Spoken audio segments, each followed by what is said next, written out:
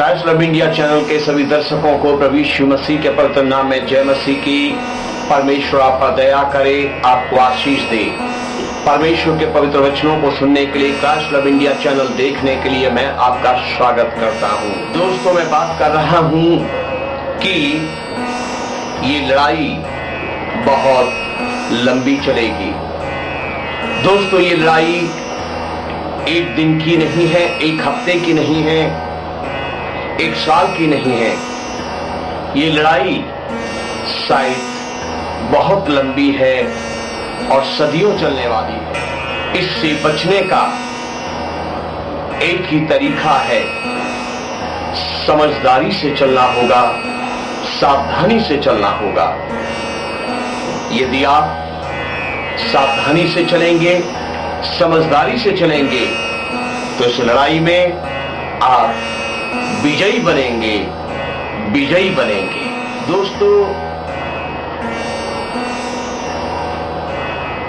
मैं बात कर रहा हूं पाप और पवित्रता की। दोस्तों, पाप खतरनाक वायरस के समान है। पाप मनुष्य के मन और दिल को कब प्रभावित कर देता है, ये मनुष्य को पता ही नहीं चल पाता है। और जब तक पता चलता है, तब तक बहुत देर हो चुकी होती है। और फिर इसके चंगुल से निकल पाना, इससे प्राणों को बचाना बहुत ही मुश्किल हो जाता है। इसलिए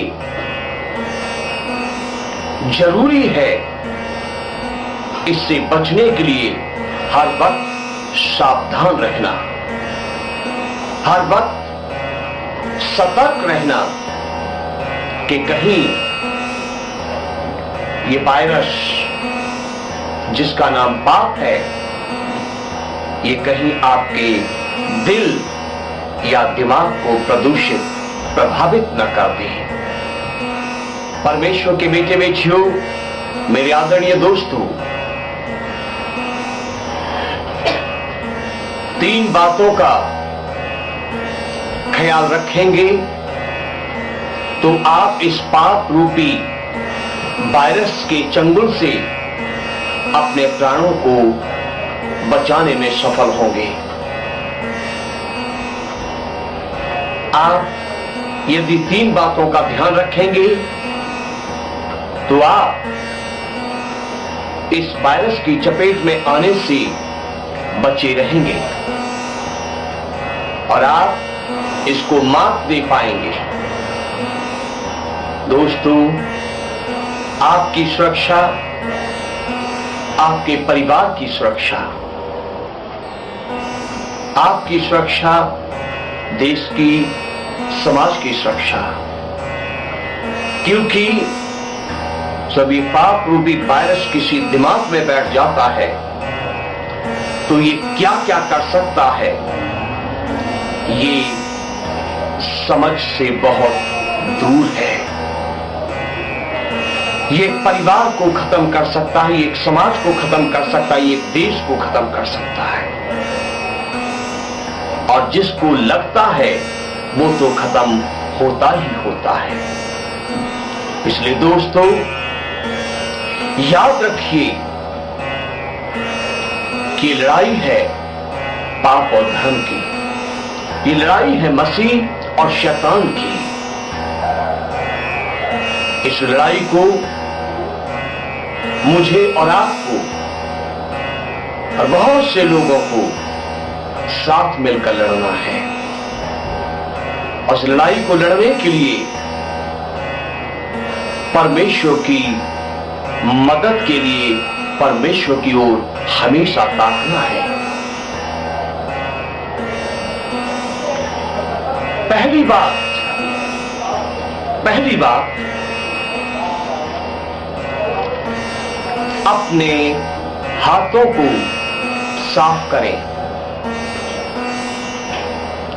देखिए, यशाया की पुस्तक 1 अध्याय की 15 और 16 आयत में लिखा है, जब तुम मेरी ओर हाथ फैलाओ तब मैं तुमसे मुख फेर लूंगा। तुम कितनी भी प्रार्थना क्यों न करो तो भी मैं तुम्हारी न सुनूंगा, क्योंकि तुम्हारे हाथ खून से भरे हैं। अपने को धोकर पवित्र करो, मेरी आंखों के सामने से अपने बुरे कामों को दूर करो, भविष्य में बुराई करना छोड़ दो। जी हां, परमेश्वर कहते हैं, इस पाप रूपी वायरस से अगर जीवन को सुरक्षित रखना है, अगर परिवार को सुरक्षित रखना है, अगर समाज को सुरक्षित रखना है, तो अपने हाथों को साफ करो। अपने हाथों को साफ करो, अपने हाथों को धो। किस लिए? क्योंकि परमेश्वर का वचन कहता है, तुम्हारे हाथ खून से भरे हुए हैं। जी हां, हर प्राणी को अपने हाथ धोने की आवश्यकता है। आज इस युग में किसी के हाथ किसी की हत्या के खून से रंगे हुए हैं, किसी के हाथ घूसखोरी से रंगे हुए हैं, किसी के हाथ लूट के माल से रंगे हुए हैं, किसी के हाथ लड़ाई से रंगे हुए हैं, किसी के हाथ वेश्यागमन से रंगे हुए हैं, किसी के हाथ व्यभिचार से रंगे हुए हैं। ऐसी ऐसी बुरी बातों से, पापों से बहुत से प्राणियों के हाथ रंगे हुए हैं, भरे हुए हैं। परमेश्वर कहता है, अपने हाथों को साफ करो, अपने आप को शुद्ध करो, अपने आप को धो, अपने हाथों को धो, ताकि पाप के वायरस से तुम बचे रहो। क्योंकि पाप की मजदूरी मौत है, पाप मौत लेकर आता है। परमेश्वर के बेटे बेटियों, हर प्रकार के पाप से अपने आप को बचाए रखने के लिए अपने हाथों को निरंतर साफ रखना बहुत जरूरी है। केवल एक दिन नहीं, एक हफ्ते नहीं, एक महीने नहीं, एक साल नहीं, आदत बना लीजिए कि निरंतर अपने हाथों को साफ रखना है। जब तक इस पृथ्वी पर आप हैं, अपने हाथों को धोते रहना है, अपने हाथों को हमेशा शुद्ध रखना है, साफ रखना है। दूसरी बात, नीति वचन 21 अध्याय की 23 आयत में लिखा है, जो अपने मुंह को वश में रखता है वह अपने प्राण को विपत्तियों से बचाता है। जो अपने मुंह को वश में रखता है वह अपने प्राण को विपत्तियों से बचाता है। सो दूसरी बात यह है कि अपने मुंह पर नियंत्रण रखें, अपने होठों को बंद रखें, अपने मुंह की चौकसी करें। क्योंकि जो व्यक्ति अपने मुंह की चौकसी रखता है, जो व्यक्ति अपने मुंह को बंद रखता है, वो अपने प्राण को विपत्तियों से बचाता है। मतलब वो अपने प्राण की विपत्तियों से रक्षा करता है, वो अपने प्राण की मृत्यु से रक्षा करता है। अपने मुंह को बंद रखने की आदत बनाएं, अपने मुंह को लगातार बंद रखने की, अपने होठों को लगातार बंद रखने की ऐसी आदत बनाएं कि कभी एक पाप रूपी वायरस आपके मुंह के अंदर प्रवेश न कर सके और आपकी जुबान से कोई अपशब्द, कोई गंदी बात, कोई पाप की बात ना निकलने पाए। ओ हालेलुया! ये लड़ाई बहुत लंबी है, इसमें लापरवाह न हो। हर दिन अपने मुंह की चौकसी करो, सुबह दोपहर शाम अपने मुंह की चौकसी करो, क्योंकि अगर सावधानी हटी तो दुर्घटना घटी। ये किसी ने बिल्कुल सच कहा है। इसलिए हर दिन जो व्यक्ति अपने मुंह की चौकसी करेगा, अपने मुंह की रखवाली करेगा, अपने मुंह को बंद रखेगा, वो आने वाली बुरी बुरी विपत्तियों से बचा रहेगा, वो संसार पर आने वाली बुरी बुरी भयानक घटनाओं से बचा रहेगा, और वो अपने प्राणों को बचाए रखेगा, वो अपने प्राणों का रक्षक बनेगा। वो अपने प्राणों के साथ अपने घराने के लोगों के प्राणों को भी बचाएगा। वो अपने प्राणों के साथ अपने समाज के लोगों के प्राणों को भी बचाएगा। सो मेरे दोस्तों, दूसरी बात ध्यान रखें कि अपने मुंह की रक्षा करें, अपने मुंह को बंद रखें, ताकि मुंह से कोई बुरी बात ना निकले, कोई पाप की, कोई छल की, कोई कपट की वो बात ना निकले जो परमेश्वर की दृष्टि में पाप है, क्योंकि पाप की मजदूरी मृत्यु है। दोस्तों, तीसरी बात ध्यान रखिए। तीसरी बात है पहला कुरिन्थियों 15 अध्याय की 33 और 34 आयत में लिखा है, धोखा न खाना, बुरी संगति अच्छे चरित्र को बिगाड़ देती है। धर्म के लिए जागो और पाप ना करो। दोस्तों, परमेश्वर के वचन में लिखा, धोखा न खाओ, बुरी संगति अच्छे चरित्र को बिगाड़ देती है। धर्म के लिए जाग उठो और पाप मत करो। दोस्तों, लोगों के साथ, बुरे लोगों के साथ एक दूरी बनाने की आदत डालें। जी हां, मेरा तीसरा पॉइंट है, तीसरी बात कह रहा हूं कि बुरे लोगों के साथ एक उचित दूरी बनाए रखने की कोशिश करें। जो पाप रूपी वायरस की चपेट में आ गए हैं, उन लोगों से एक उचित दूरी बनाए रखने के लिए चौकस रहे, सावधान रहे। हर दिन एक उचित दूरी बनाएं।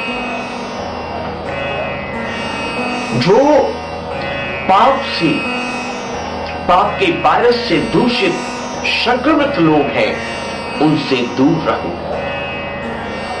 कहीं ये संक्रमण आपको ना लग जाए, क्योंकि अगर ये एक बार लगा तो फिर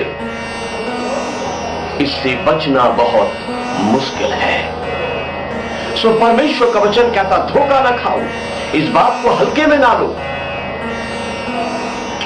इस वचन को, इस आदेश को नजरअंदाज न करो कि बुरी संगति अच्छे चरित्र को बिगाड़ देती है। पाप के लिए जाग उठो और माफ कीजिए, धर्म के लिए जाग उठो और पाप मत करो। हालेलुया। धर्म के लिए जाग उठो और पाप मत करो। वेश्यागामियों से एक उचित दूरी बनाओ, परिस्त्रीगामियों से एक उचित दूरी बनाओ, नशा करने वालों से एक उचित दूरी बनाओ, जुआ खेलने वालों से एक उचित दूरी बनाओ, चोरी करने वालों से एक उचित दूरी बनाओ, घूस लेने वालों से एक उचित दूरी बनाओ, झूठी गवाही देने वालों से एक उचित दूरी बनाओ, रोज रोज झगड़ा करने वालों से, चाहे वो अपने घर में रोज रोज झगड़ा करता है, चाहे वो अपने पड़ोसी से रोज रोज झगड़ा करता है, चाहे दफ्तर में रोज रोज झगड़ा करता है, चाहे स्कूल में, कॉलेज में स्टूडेंट्स रोज रोज झगड़ा करता है, झगड़ा करने वाले से एक उचित दूरी बनाओ, हत्यारे से एक उचित दूरी बनाओ, समाज में बदनाम आदमी से, समाज में बदनाम स्त्री से एक उचित दूरी बनाओ। जी हां, परमेश्वर का वचन कहता है, उचित दूरी बनाकर रखो, ताकि उसका पाप रूपी वायरस संक्रमण तुम्हारे दिल दिमाग को दूषित न कर दे। क्योंकि कब ये लग जाएगा आपको पता भी न चलेगा। जब महीनों बाद आपको पता चलेगा तब आप उसके चंगुल से निकल नहीं पाएंगे।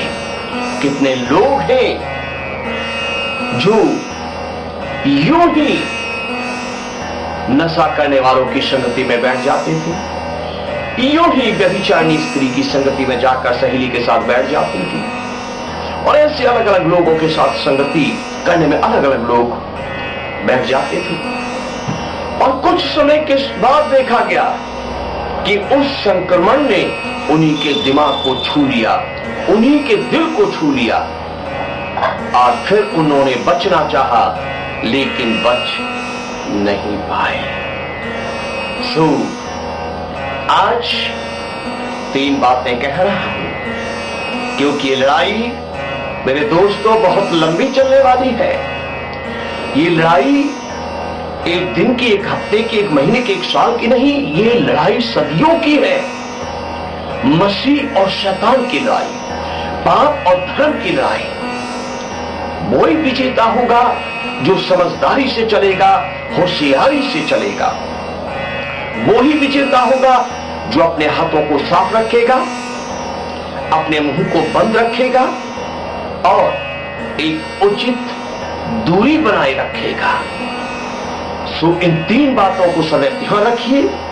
आप सुरक्षित रहिए, अपने घराने को सुरक्षित रखिए, अपने समाज को सुरक्षित रखिए। जैसे एक मछली सारे तालाब को गंदा कर देती है, वैसे ही एक व्यक्ति पूरी कलीसिया को, पूरे घराने को, पूरे समाज को गंदा और बदनाम कर देता है।